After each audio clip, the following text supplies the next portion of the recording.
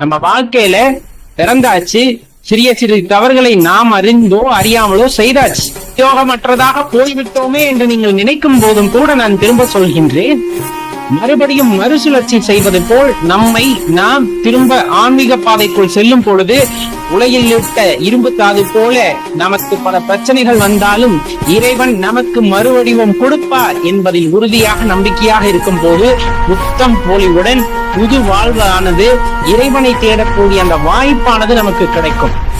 உணர்ந்தவங்களுக்கு ரொம்ப அற்புதமான ஒரு விஷயமா இருக்கு இப்ப நம்ம சொல்லக்கூடிய இந்த விஷயம் அப்படிங்கிறது. ஏன்னா பெரும்பாலானவர்களுக்கு மனதில் இந்த ஐயப்பாடு இருந்து கொண்டேதான் இருக்கிறது. அந்த தவறு செய்துவிட்டோம், இந்த தவறு செய்து விட்டோம். வாழ்க்கையில் யார் தான் தவறு செய்யாம இருக்காங்க? இப்ப நான் உணர்ந்துகிட்டேன், இனிமேல் நான் நல்லா போகணும்னு நினைக்கிறேன், என் வாழ்க்கையில இறை தேடல் வேணும்னு நினைக்கிறேன், ஐயன் தான் எல்லாம் நினைக்கிறேன், தாராளமா அதுக்கப்புறம் புது வாழ்வானது பிறக்கும் அப்படிங்கிற நம்பிக்கையில நம்ம முன் எடுத்து வைக்கிறோம் அடுத்த காலடி. அப்படிங்கும் போது அதற்கான வழிகளை இறைவன் ஏற்படுத்தி தருவார், ஈசன் ஏற்படுத்தி தருவார். மீது நீங்கள் படிப்படியாக நகரலாம் நண்பர்களே. ஒரு முறைக்கு இருமுறை யோசித்து பாருங்கள். நாம் செய்த தவறுகள் பெரிதா, இறைவன் நம் மீது காட்டுகின்ற இரக்கம் பெரிதா அப்படின்னா இறைவன் நம் மீது காட்டுகின்ற இரக்கமே பெரிதாக இருக்கும்.